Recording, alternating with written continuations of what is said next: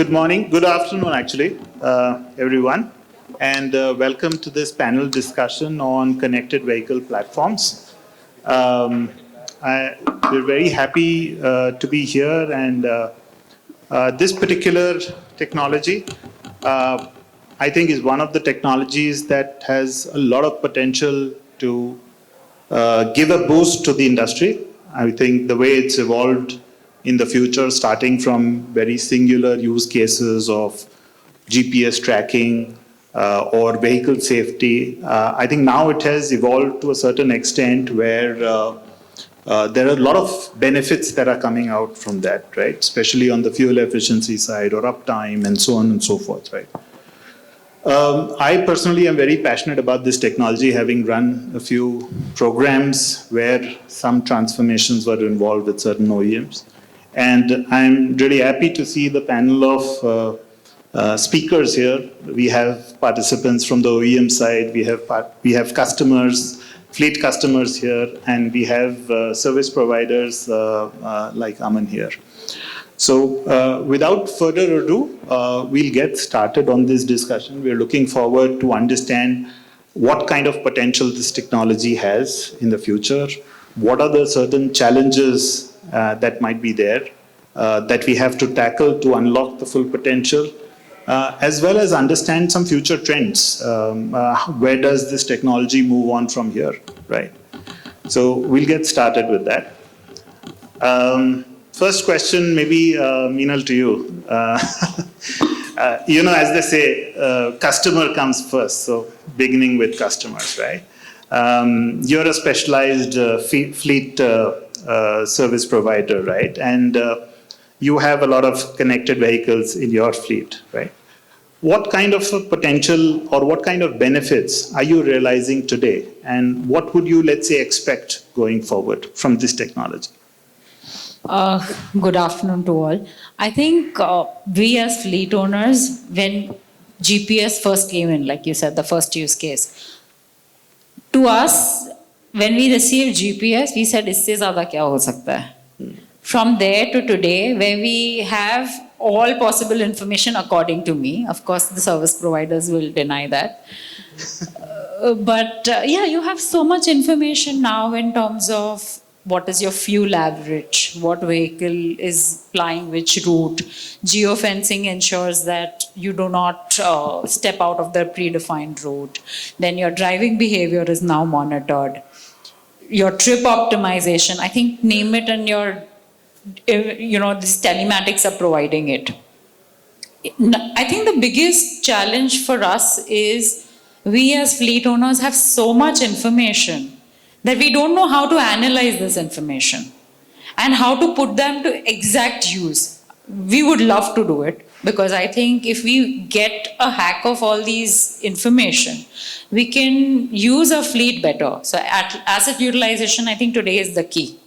If you are able to use your fleet in a more optimized manner to ensure lesser downtime, I think you have almost won the battle, because now profit margins are way lesser than what it used to be. Like my dad said, "Jitna aaj rate hai, utna pehle mera profit margin tha," which has now definitely gone away. So I think if you're able, now the key is how do you manage your fleet better? So now, like say for example, one very good information that these telematics are providing is your preventive maintenance, whereby the devices itself tell you that what is a possible error that may come up in the near time. And now it goes up to tell you that how quickly you need to resolve it. Like you can do it in 2 days, or does it require 15 days? So you know when and how to manage your fleet. So if your vehicle doesn't break down, anyways your ROI is going to go up, because you're going to be able to use your vehicle better. एक बार टूटने से better है कि पहले ही repair कर लो. Another thing, I think, the driver behavior, whereby I think that's a big challenge, even though I think it gives you a lot of information in terms of coasting and harsh braking and all those parameters, which have a scope for improvement. But I think we all have seasoned drivers. 15 साल 20 साल से हम driver ही करते हैं, हमें और कुछ आता नहीं है, हम we are experts at it. So they'll say, आप तो गाड़ी में बैठे नहीं हो, आपको क्या पता है गाड़ी का. So, of course, that is one thing that you would always want to tweak around, or you would want to say that how can we improve this better to ensure your fleet is utilized better. Because I think if they are driving the vehicle right, you'll get better average. And if you get better average, you'll be able to negotiate your diesel amount better. That is one way where we'll be able to cut down cost. So there are a lot of information that these devices are giving, which if used rightly, I think you can do a lot more to your business. And like I said today, asset utilization is the key. If you are able to maximize the number of trips with the least amount of breakdown, I think you have achieved your goal somewhere, because now it's no more the rates that go up, it's how much cost saving that you do. We are looking at the bottom lines more than the top line. Fantastic. Thanks. So I will move this to Aman. She's struggling with a lot of data and doesn't know where to get insights from. You do this day in, day out, right? So do you want to respond to her in terms of how can she make better use of data that is there? Firstly, I empathize with her because I think I'm party to that crime of inundating your businesses with data. But that being said, if you were to consider service providers like us, that's sort of become the focus for us as well. We've also gone down that that whole workflow of how much data can you mine. You've got so many sensors, you've got so much instrumentation. There's so much that you could do. But it took us a while to understand that it's not just a function of inundating their operations with a ton of data around the driver, around fuel. It's telematics has to go above that. Telematics has to translate into very simple, actionable insights. And what I'd like to add is there's the caveat there, right? While telematics would have to cater to her persona, who's at the head of the business, right? We've also got to make the data equally actionable for the fleet manager. We've got to make the data equally actionable for the OEM. We've got to make the data equally actionable for the workshop hand. And that's what most telematics providers these days are working on, complex analytics. Thankfully, by virtue of cloud, by virtue of so many online analytical tools, by virtue of all that is happening in the language model space, it's getting there. That's the most common request that we also have from our customers, that you've come and told us that there's something wrong with my vehicle. What do I do from here on? Do I call the OEM who will tell me, no, this vehicle is in warranty, it's okay, keep running it? Will this lead to a lack of reduction in fuel economy? Would this lead to downtime? So it's more a function of, once you've shown some data, you quantify the repercussions on what she called out, right? The bottom line, how much additional fuel is she burning? What's the lag in travel times? And then translate that into some very viable recommendations in a minimalistic approach. I think that's where the approach changes. So just to follow on to that, do you want to mention, because I'm sure you work with multiple customers, multiple use cases, right? Which have been the top two use cases that have given maximum benefits to customers, and with maybe one or two which are not yet utilized to the full potential that you would like to draw attention to? See, in the Indian, and thankfully I've had the opportunity of seeing ecosystems globally, India, the US.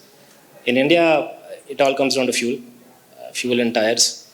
So we found that our ability to make an impact when it comes to the bottom line is essentially fuel management.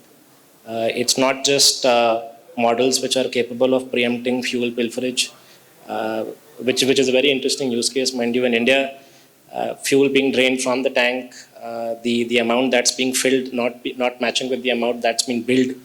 That's all really common phenomena. The advantage there is that once the service provider is onboarded, 2-3 weeks of data, and then suddenly they have an opportunity of denting their bottom line by 13-14% in some cases.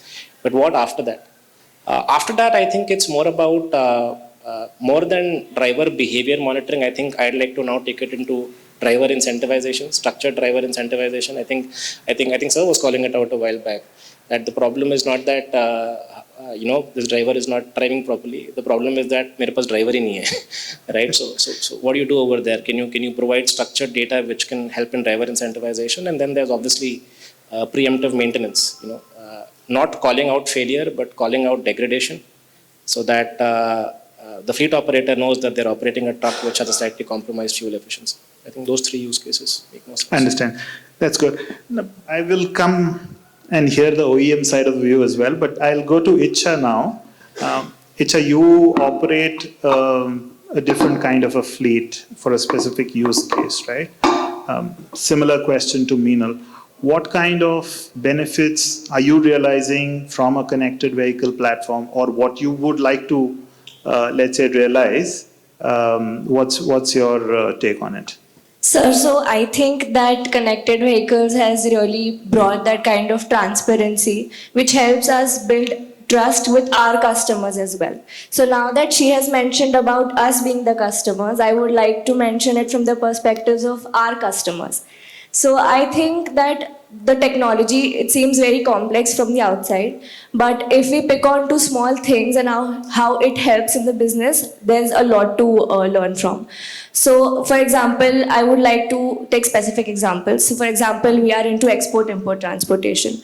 So wherein we have a lot of vessel cutoff concerns in mind. So with the kind of tracking, with kind of GPS, route planning and all of the technology, I think the risks of minimizing the vessel cutoffs or detention charges from the shipping lines, that can be avoided. If I talk about an ODC shipment, so it requires a lot of manpower and time. So for example, we can use geofencing in an effective way. So if we get a real-time notification saying a vehicle has crossed a certain point, the customer can then arrange for the labor. So it can help us save on to a lot of time and manpower. Now there are multiple kind of devices in vehicles, so we can identify overspeeding, rash driving and other features like that.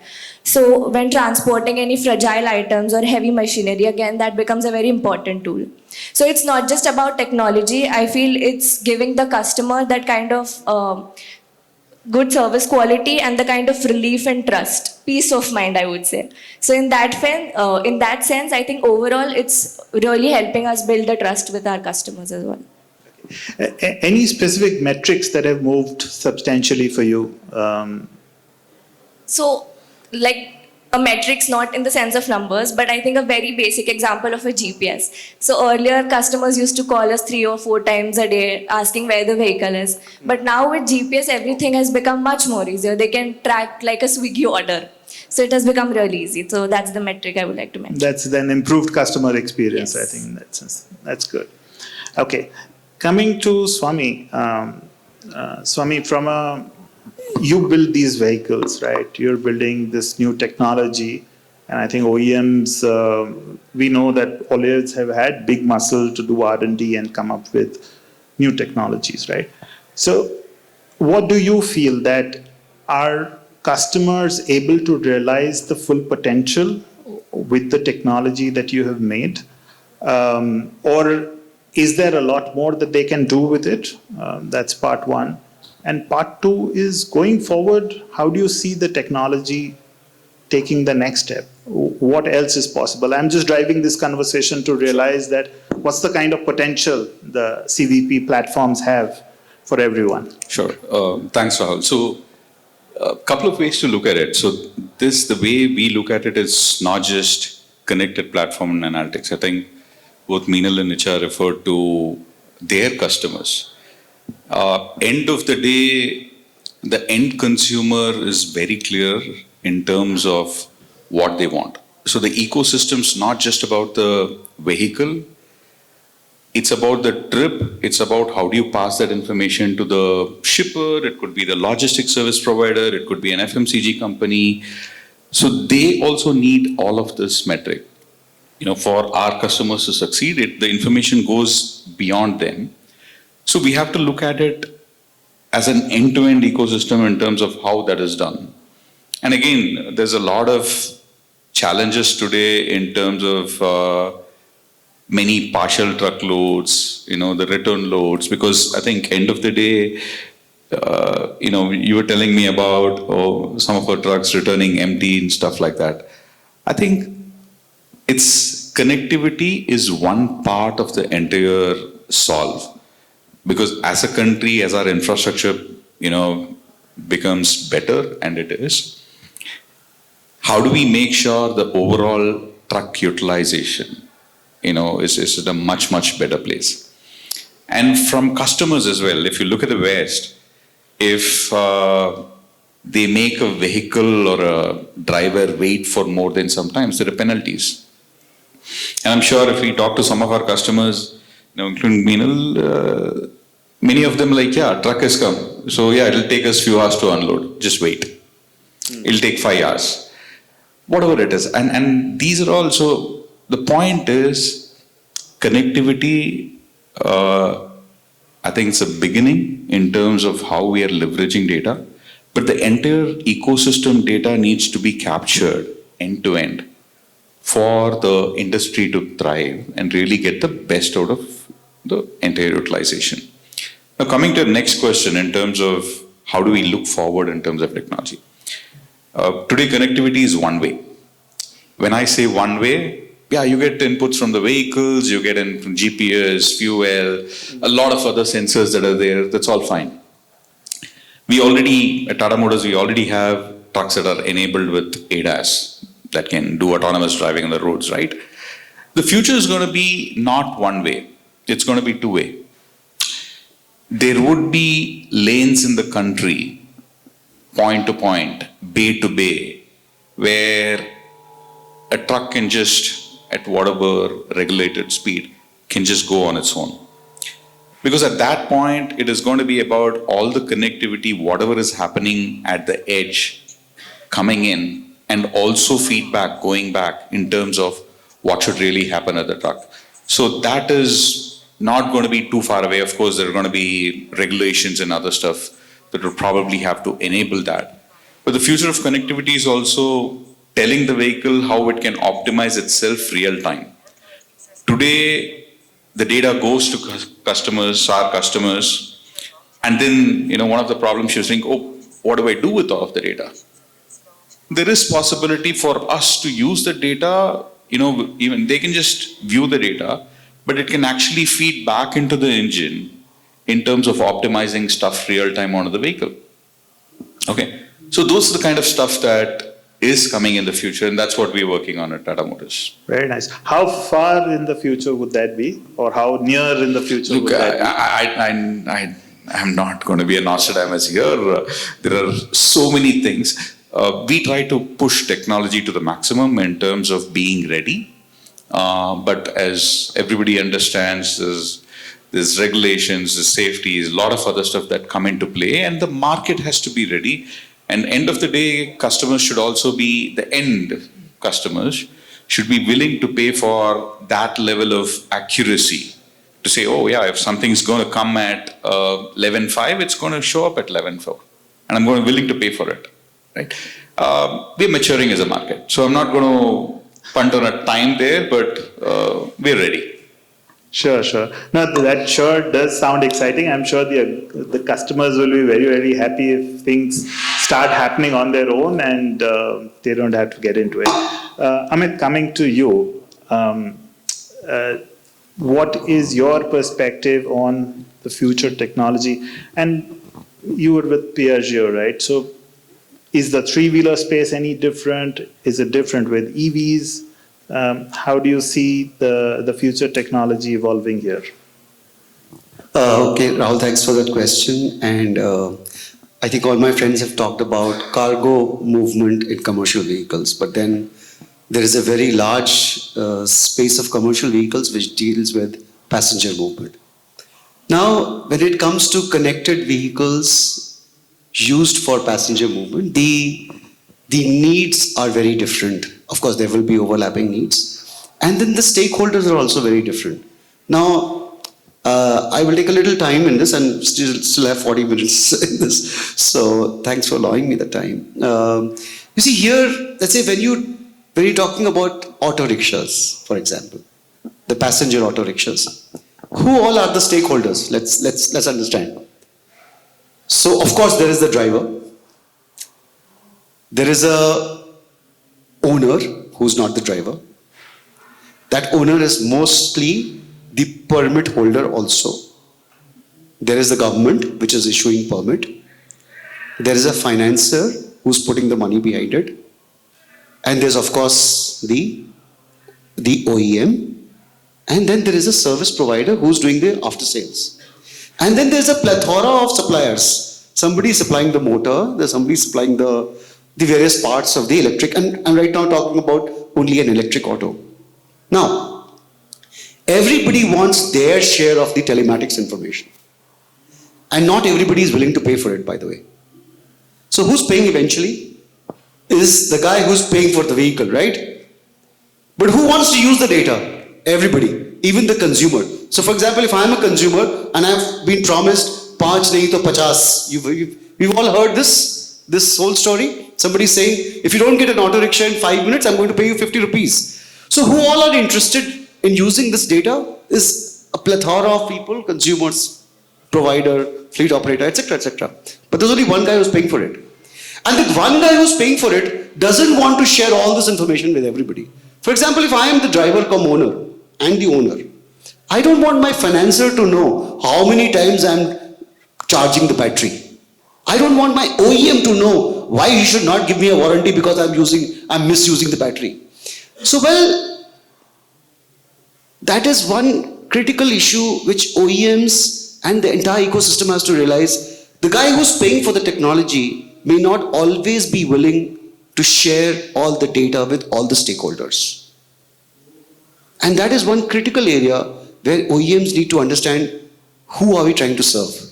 Whose problem? For example, the government is saying today, the guy who's issuing the permit, the RTO guy, he wants to know that where is my permit holder using this vehicle on, because you see now the permits are also geo-fenced.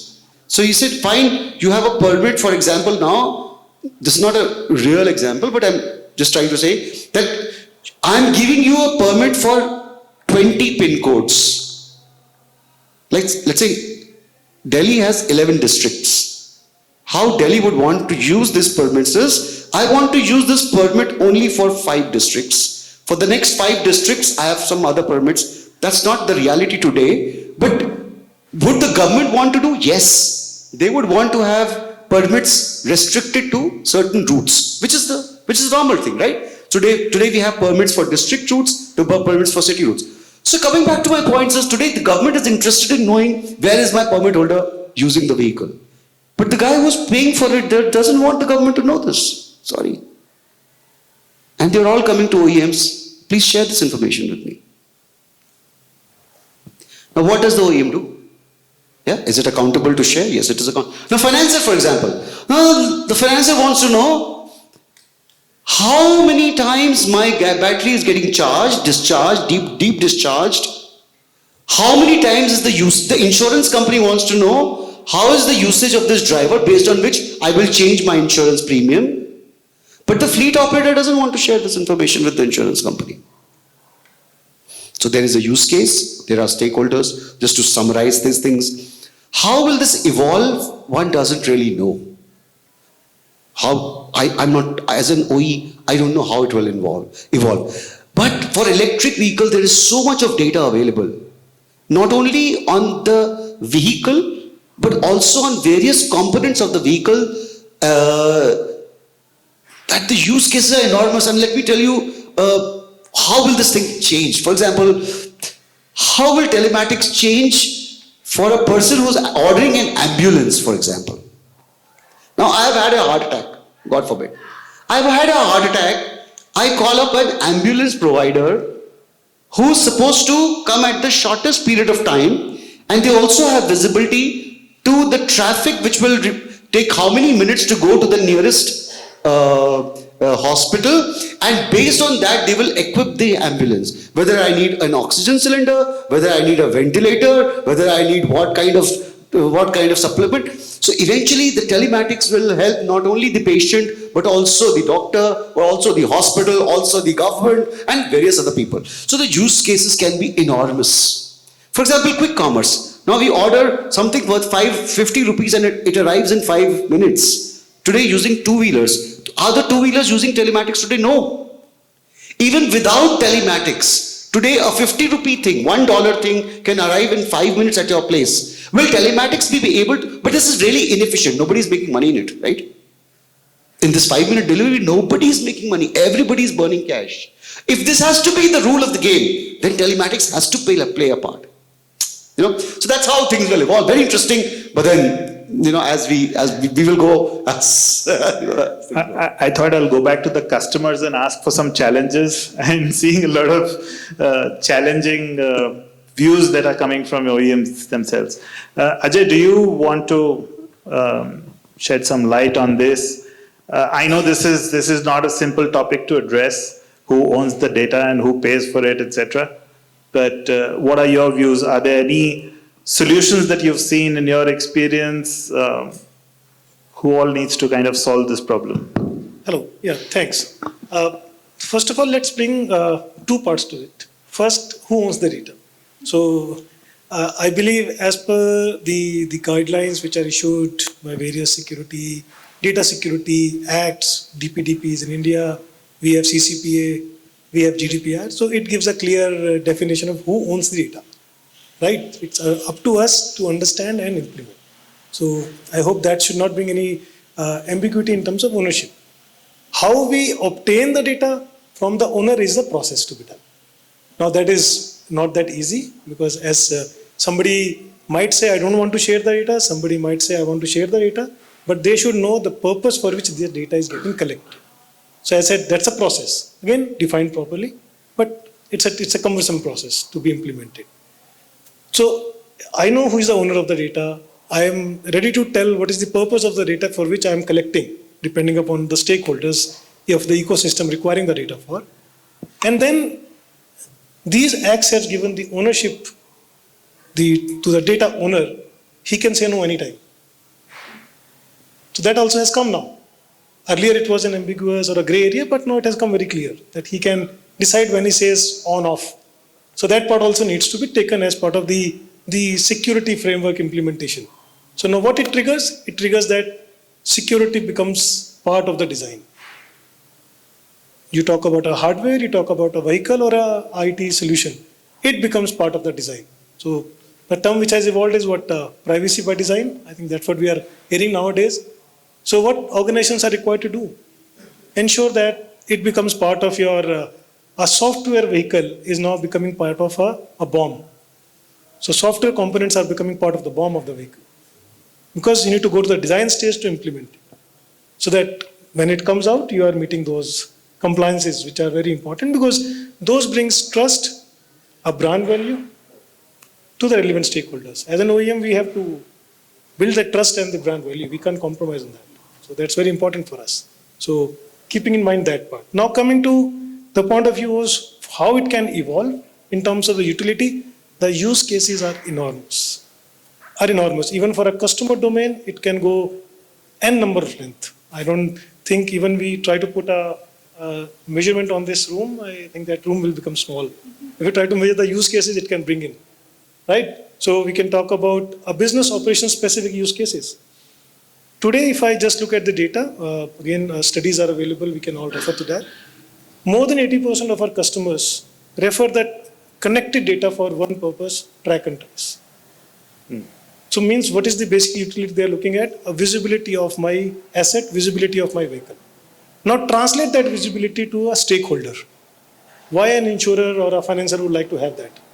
He want to know, okay, the asset I have financed is in right hands, is it getting used properly, and my EMI is secured. That's important part. As an OEM, why I am interested in the data? Because I want to bring quality. I want to bring an uptime of the vehicle to the next level. Nobody buys a commercial vehicle for a leisure. It's a simple, it's for business. So for business, it's very important that it should run. So for what is needed? Customer needs to understand the data, understand their operation and bring efficiency. OEM brings efficiency from these aspects of understanding predictive, bringing channel ready to support the aftermarket, all those aspects. Coming to the last layer, which is the driver. Now, driver needs to have a trust on the data. Now, how that trust can be built is a difficult question, but can be done. If they understand, trust the data, that it's not for their policing, but it is for their efficiency improvement. They might be running on a fixed contract or a pay per kilometer contract, doesn't matter. It is the trust and the value it can bring into their life is what it's all about. As I said, summarizing it, the length and breadth of use cases are enormous. Stakeholder-wise, you can expand to any level, and technology is there to enable it. But process and framework has to be taken into account as part of the design. That's what I think. Okay, just a connected one to this. We've talked about data ownership and monetization, which I think there may not be an immediate solution right now. We may need multiple stakeholders and maybe also government to come in between and define that, right? There's another dimension of complication when it comes to customer data, right? Privacy, right? Security, right? And like you said, there's so much of data that is getting generated, right? Ajay, I wanted to ask you, what kind of systems, processes, technologies that you put in place so that the customers can feel safe about their vehicle data? So I'll go back to my original statements. Security or privacy by design. Now, if that statement is understood by the customer, they will trust a lot. That security or data privacy related process are not afterthought. They're part of the design from a system, from a vehicle perspective. They will trust. Today, we browse a lot of websites, right? And every website starts giving up those pop-ups. Cookies, allow all, do you trust and all. And I don't know, some of us blindly just say click all because we want to read the information. We don't know what has happened after when I clicked all. If somebody tries to read that, I'm sure they will start suspecting it. There's so much of information that we are sharing after doing that. But are we trusting that? By clicking, yes, we are trusting. We have given our consent, right? But are we really trusting? So giving a consent does not mean I'm trusting. So let's have a separation of that first. So bringing trust into the process is the key part. And that can happen if very clearly while discussions, while meetings and understanding the product or any IT solution, they understand that the solution has been done with a concept of by design, security by design. That's one. Coming to how it has become easier, the technology has made it easier now. The cloud, IoT technologies, they have understood that this is very important. And in India or otherwise, I will say regulations are the best way to implement anything. You take anything and it's get implemented at scale. That's the only way. Right, you take AIS 140, or simplest of all, commercial vehicle owners knows that, right? Easiest way of implementing is bring it regulation, make it mandatory to a vehicle registration and fitness. You see the scale at which it has gone. Now AIS 184 is coming in about preponement by the government has been done, right? It's next year it's coming. So you will see the scale at which get implemented. We had speed governance got implemented. So compliance is the best way. Regulation, the implementation with the right process comes in. So that is the way it can be done. So I'll go back by design. We don't have anybody from the regulatory side to make a comment here. But in my personal experience, I had done some study around regulations in automotive when I used to be part of management consulting, just sharing as a side note here. And interestingly, I think maybe 7-8 years back, right? The way to introduce regulations was draw up a concept note, discuss with industry stakeholders, and then figure out the feasibility, etc., and do it. And I realized that in the last 4 or 5 years, the process has changed. The regulation comes first, and then you start thinking about how do we implement and who implements and what timeline. We can add up to that. The recent example for that is this GNSS tooling. Right? The concept paper came out, AIS 189 draft 2 came out, and it was at a stage where I think the statement was within 6 months, some pilot highway will be taken up. Now, why that has not been implemented? We know the reason is the data. The data security aspect caused some challenges, and then they had to revise approach, right? So it reflects that how serious our government is also. Okay. Not deviating from our topic, coming back to customer Meenal once again, I know you said too much of data is one of your problems, right? But other than that, I mean, I know that every technology, when it first gets introduced, has its own set of challenges, and the practicality of implementing on the ground is pretty different, right? You are using some of these systems. So any other challenges, right? We're all talking about lots of potential use cases, right? But before we go to, let's say, the second level of use cases, third level of use cases, we should get the maximum benefit of the current use cases which are available, right? What are some of the challenges that you think might be preventing you from capturing the full potential there? And then possibly I'll ask the OEMs what they can do about addressing those challenges. I think one big challenge is integration of all data. So right now, I think after, I think in the last couple of years, all OEMs or GPS has become mandatory in all vehicles, right? So now considering GPS is mandatory, every OEM has their own GPS system. Now, if I have a fleet which has multiple brands, I have to track multiple sites to get the same data. I get trained on one, I forget the other. I trained on the second, forget the first. So I think getting everything on one platform is a big task for us because all information is useful for sure. There is no doubt to me on that. But because there's so much in terms of in one site and then multiple sites, becomes challenging. Plus, I think the industry by itself does not have very technologically savvy employees. So then you get trained, then down the line, by the time you train them, it takes a while to get them trained, firstly. And by the time he's trained, he's gone. So that becomes another challenge. So apart from getting only the information, training and then putting it to execution is another challenge. So I think there should be something where everything comes on one platform so that at least we know what to do about the data and use it to the maximum. So I'll request Swami to share his reaction to this. I know you just represent one OEM, and maybe one OEM may not be responsible for integrating everything. But what are your thoughts? And then I'll come to Aman because he's more OEM neutral.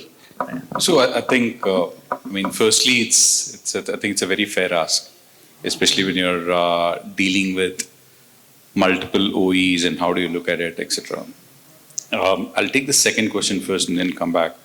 So one of the things that we're doing to how do you interpret data in a much easier way, and what we realize with many of our customers, it's not like they're going to have extremely people with savvy knowledge in terms of how they operate systems and understand data and stuff like that. So in fact, I realized earlier today in a conversation, she was part of one of our workshops where we are simplifying for our customers using AI agents in terms of you don't need to look at the system at all. The data will come to you exactly in the context of whatever is happening. I think the tech has moved significantly forward where you don't need to continuously monitor and hopefully in the near future you'll see something where you'll have to manage by exception and not really keep looking at systems or have your people or train them to keep looking at multiple systems. And there is also works in terms of how do we, for our customers, and I'm here very specifically talking about Tata Motors, while majority of their fleet is, TML vehicles, but they do have vehicles from other OEs as well. So how do we harmonize all of that into a single platform so that the challenge that some of our customers face in terms of trying to log on to multiple platforms does not arise. So that's something that's very much actively in the works, and it's a very fair ask from the industry as well. Okay, good. So let me move to Aman and understand his view. So what, according to you, and who needs to come together to solve this issue for Meenal? See, when it comes to we call it a vendor neutral interface, VNI. It's a term that comes from medical imaging and medical imaging technology. See, there are different ways of getting them that one standard dashboard. One is obviously other than OEM suppliers, you've got suppliers in the direct market space who've got technology that can integrate with different kinds of vendors. But that being said, see, I think today we've reached a level wherein, let's say, you've got trucks from 4 or 5 different OEMs. Management of data interactivity workflows on the cloud is not something that's very complicated, right? In fact, we've seen that any fleet operator who's operating, say, more than 35-40 vehicles, at least in the MHCV space at this point in time, is already looking at developing some of the other customized ERP, right?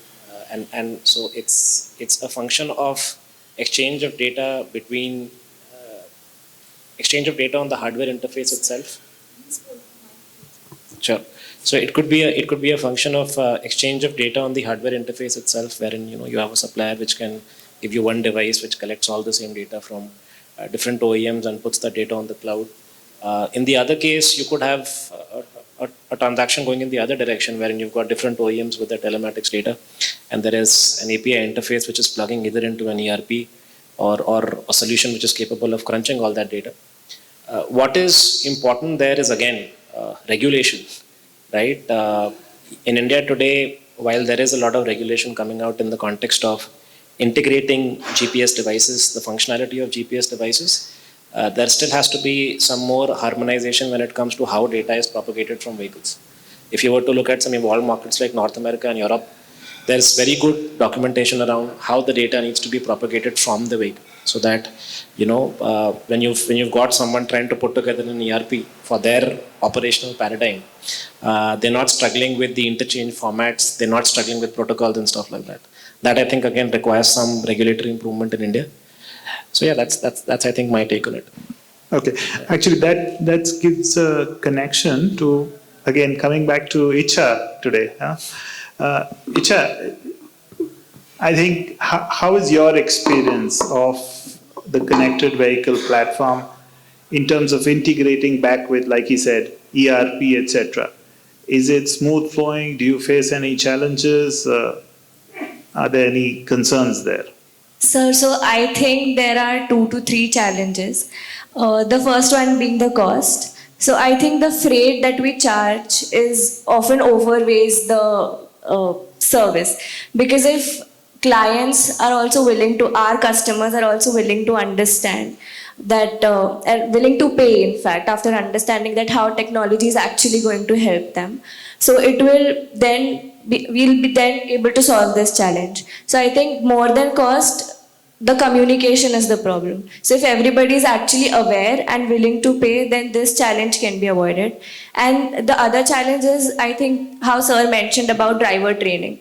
So drivers who are with the company for more than 10-15 years, so I think training them eventually will make things better. It is a slow process. So I have been a part of jury of Smart Driver Award. So I was talking to a driver and I was asking him that, how do you feel it as invasion of privacy, or do you find it comfortable? So he himself said that, I think that we feel safe because of dash cam and all of this technology that has come in. And that was possible because they have been given that kind of training from their from the transporters. So I think it's not just about any one stakeholder, it's about training and working together. So we'll be able to solve these challenges that we have faced. Understand. Ajay, I mean, do you, and maybe Amit, you can add to it, do you see any role that OEMs can play in addressing these challenges? So there are 2 parts to it. First, as an OEM, the availability of the information in a right form and a meaningful form. See, data is abundance. It is information which is a challenge. So that is what, as a customer, that's what they are looking for. They are not looking for data. So translating data to an information is the important part. That can be done. Yes, it is very much doable nowadays, and we have made it. Again, as an OEMs, all of us has made that possible now, and it can be translated or interpreted in a simple way by engaging with customers and their persona value chain that is there in their organization. So owner perceives in a different way, fleet manager perceives or sees in a different way, and a driver and end customer sees in a different way. Right? I think there was an example of what you call quick commerce. I think Sir made an example, Amit made an example of 10-minute delivery, right? How that is made possible. So technologically it is made possible, but what is the purpose of that? The purpose is information is available. It's not that, okay, I'm giving you a lakh long, right? I understand. I'm just cautious of the time. We have another 15 minutes here, and I'll give one question for Aman. Okay, so we hear a lot about AI in the other worlds, right? And I'm sure AI will make some impact here. How do you see AI coming in? I know Swami mentioned the future state of this technology more towards autonomous, auto-correcting and things like that. But in the near term, do you see AI bringing in some uplift in the benefits that the connected vehicle platforms are delivering today to the customers? I think I'd just rephrase your statement. I think AI will be the uplift. See, what we've come to realize doing this for so many years now is, again, what he just said, right? When it comes to telemetry, the sheer amount of data that is available, the act of downsampling that data in terms of what is actually important and not just noise as a function of vehicle dynamics and a lot of other stuff, right, is effectively not possible without AI, right? And then there's reporting frameworks. I think he made a very good point, right? The whole vision for us is also that the transporter should not have to spend time on my pretty dashboard. The transporter should have the luxury of interacting with an agentic AI solution. It should be capable of answering those 10, 11 KPIs of the fleet manager that we keep hearing about, right? Where AI is making a big dent is edge AI as well. When you speak about things like ADAS, I think in the commercial vehicle space, we are still looking at level 0 and level 1 ADAS. A lot of that is possible because of AI on the edge. But it doesn't stop there. If you get into the details of it, if you talk to OEMs, all the esteemed OEMs that I hear are offering solutions such as engine power modes, algorithms which can automate engine power modes on premise, smart idle, how the vehicle idles depending on the ambient temperature. All our commercial vehicles are going to be HVAC enabled now, starting the 1st of June. So that becomes a very critical use case. And EVs, I think EVs, it's nearly impossible to get viable operational data when it comes to range prediction, battery state of health. We meet transporters day in and day out who tell us that, I bought this vehicle and I planned this operation with a certain estimated range. When I put it in operation, my numbers are, topsy-turvy by not 10%, not 5%, 20, 25%. Right? So how can AI leverage ambient temperature and give you a very accurate range of the EV? So I think the scope is boundless, and by the sheer diversity and quantum of data that vehicles generate, AI is the way forward, is how I'd put it actually. I understand. Good. So I'll just open up now for a few questions. Sami, you had a hard stop. Can you hang on for some time, or that's okay? Okay. All right. So I think I'll just summarize in one bit what I heard, what I took away from this panel, right? I see nobody's denying that there is immense potential out of it. We might have tapped into like 10, 15, 20% of the use cases. There might be lots more coming up. But I heard a lot of challenges on the data side. On driver side, driver comes across very, very quickly, very frequently. And I think to some extent regulation has to play a role in solving some of these things, right? The future looks very bright, as Swami mentioned and Aman and other panelists. We're looking at very sophisticated vehicles leveraging or being built on this connected vehicle platforms, right? So I think, yes, like any other technology, there is huge potential, but some challenges to address. So with that, I'd leave it for some questions. Yes. Just at the panel to cite my answer, who can answer it. We are into cold chain pharma, and of course, I'm looking at an integrated solution where we'll have everything in one platform, which will be wonderful for transporters like us. But the problem is, for me, how many devices can I put in a vehicle? Like Sir mentioned, AIS 140 was compulsory, we invested there. Of course, the customers now go bear the brunt. Secondly, we have to put temperature sensors. Then there are door sensors. Okay, OEMs give out information only of what they can give.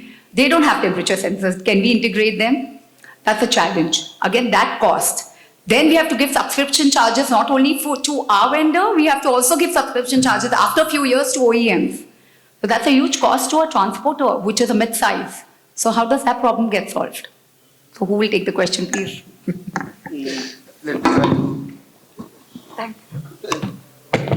I'll try to answer. I don't know whether it really meets your expectations. So I'll give you a use case without naming the company. There is a company in e-commerce who's supplying mobility services to a very large e-commerce player. They have close to 800 vehicles, of which close to 280 vehicles are ours. And of course, the balance are others. Now, they had exactly the same problem, that they're not as complicated because they don't use temperature sensors, they don't use door sensors, so their use case it's rather simplistic. So how OEMs is that they selected a vendor who provides them their own telematics solution. What they need from OEMs is, can we help them place that and integrate it with our BMS? And if they place it at our battery, do we still stand warranty for it? So there are two things that people like you face, is that if I use my own telematics, which is both cost effective as well as customized and as well as common to all my assets, right? You need support from OEMs to protect warranty and to help you place that device and do our own wirings in such a manner that my battery is protected, which is your biggest asset. So people like us will have to understand that need, and yes, with that mobility provider, we are providing them that service. So we say, fine, you please tell us who's the provider. We work with that provider, we've integrated our software, they can read into our BMS, and a lot of information is available. I think that's the way forward. Will all the competing OEMs come together and give you one solution? I don't think that's ever going to happen. My question is, so if I pay subscription to the OEM, I also pay subscription charges to my vendor. Yes. Even if you integrate it, I still end up paying that. Yeah, so I think, that is, again, that cost is not going to get incurred by my client is not going to give me that money. Because he has compliances. Pharma comes up with a lot of compliances, and their compliances are very stringent when it comes to robbery, to door sensors, when the door is opening. So how many subscription charges am I going to pay? And plus I'm going to spend money on compliances. So it's a lot of issues. I think the way it is solved is that post the warranty period, the customer has the right not to pay any subscription to OEs. Well, so if OEs want the data... And I don't get the information from OEMs after buying such an expensive vehicle. Yeah, so if you want the information, you have to pay for it. But that's if what you don't want the information. Actually, today all the OEMs come and promote their telematics. We've been talking in all the forums, and they say, this is what we give out. This is what we give out to our customers. And then suddenly I'm saying, okay, abhi warranty khatam ho gaya, abhi mat lo. Is that the harsh reality of life a transporter has to face? That's not good, right? Right? It's difficult for customers. You're right. Do we have a solution right now? Honestly, no. Till it really integrates, we don't have a common solution for it, but honestly. I'll just take a stab at it, right? So I think two parts to it. Is it a real problem? Absolutely real problem. And we are not the first one who we have heard it from. We've heard it from a lot. So I think what OE should do is two parts. I think especially for a specialty industry like you, where there are a lot of compliances, I think you will have vehicles from different OEs. It's important to also push OEs to start giving you specs that match with all sensors. Today, I'm sure most of the OEs have all of the sensors integrated. And very specifically, talking about, our organization, the idea is now to open up to multiple, sensors from multiple vendors and not stick to just one. Because when that happens, you get to meet yours. And end of the day, from a TCO perspective, you need to have only one subscription. Because the future, like I said, it's not just about one-way information going to your principals. Today, connectivity is treated as such. But the kind of use cases that are opening up and, referred to as well, there are improvements to the vehicle that will start happening based on, for example, which the HVAC regulation. Based on ambient temperature in the area, things can start regulating, and that adds to your fuel mileage. So that is coming in the future. So it's not too far. And this thing, I don't have to say I don't know. So you could actually expect these changes to happen in about 6 months to a year, where you do not have to have multiple boxes. I do know of customers who over a period of time have put 2 boxes, 3 boxes. They work with an FMCG company, a pharma company. Companies also have these tie-ups and recommend boxes. I think it's not sustainable for us to just do all of this and put multiple boxes. 2 solutions. One, how can you integrate all sensors into one box so that yours? Second is what Meenal said, in terms of, doesn't matter if you have a multiple fleet. Well, assume for a moment every OE is providing what you need for the pharma industry. There has to be a harmonized software and a data integration layer that just gives you one. And how should that be? To a level where it's not a platform, you just get the insights and managed by exception. So industry is moving towards it. This is a problem that we definitely recognize as one of the biggest problems from Tata Motors' perspective. Thanks. Any other questions? I'll just give them credit. I will just say all the OEMs are definitely giving reports which are at least fleet owners friendly, which we can understand in a snapshot, but I think it's a long way to go still, whereby it really becomes simple and usable. Information is there, it is understandable. Like I am a major TML user, and they have something called as director's report on their fleet edge system. You actually open that Excel, you actually have a snapshot of your entire fleet. So OEMs are doing it. I will not take the credit away from them. But yes, we still expect a lot more. No, it is an evolutionary journey, and these pain points will be there till the time better solutions emerge. So that's true. I am sure all stakeholders are trying their level best.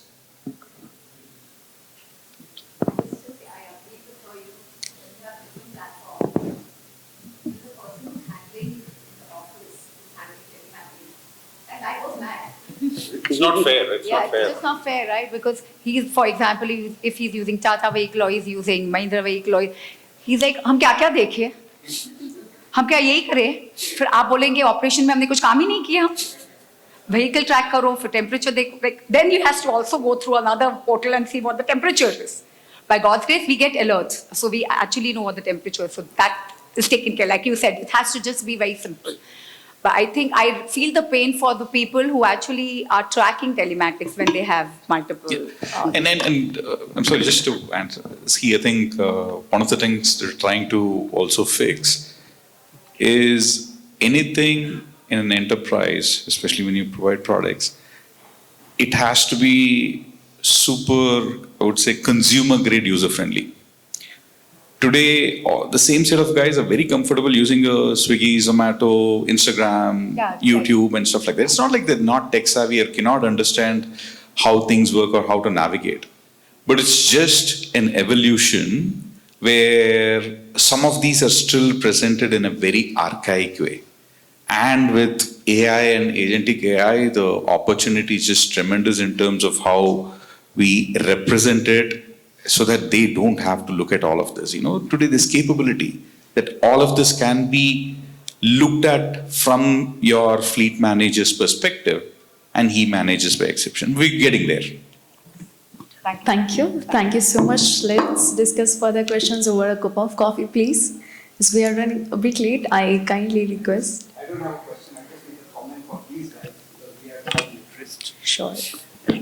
My name is Kirti Rathod from Deluxe Bearings. I come from manufacturing side, and considering some of the issues she's talked about, too many screens to look at, you three guys are from manufacturing. Whatever happened on your shop floor and how that goes up to the layer so that the boss doesn't come down to the shop floor, I think you can convert some of those experiences into what they're looking for. That's all I can say. Thank you very much. Thank you. Thank you very, Thank very you so much. much. Thanks a lot. All right. Thank you so much. For me, at least, this discussion was very, very interesting. And thank you all the panelists for sharing